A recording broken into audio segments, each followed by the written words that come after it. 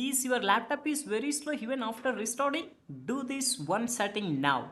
Many laptops are slow because unnecessary apps run in the background when Windows start.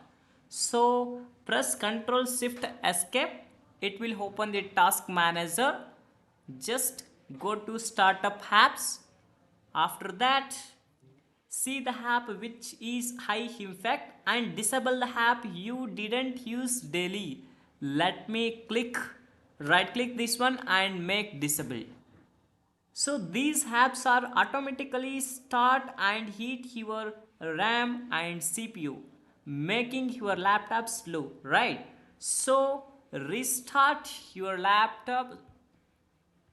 Just go to start, click on power, just select restart and feel the speed boost. So thank you so much for watching this video. Save this video and follow for more tech tips. Thank you so much.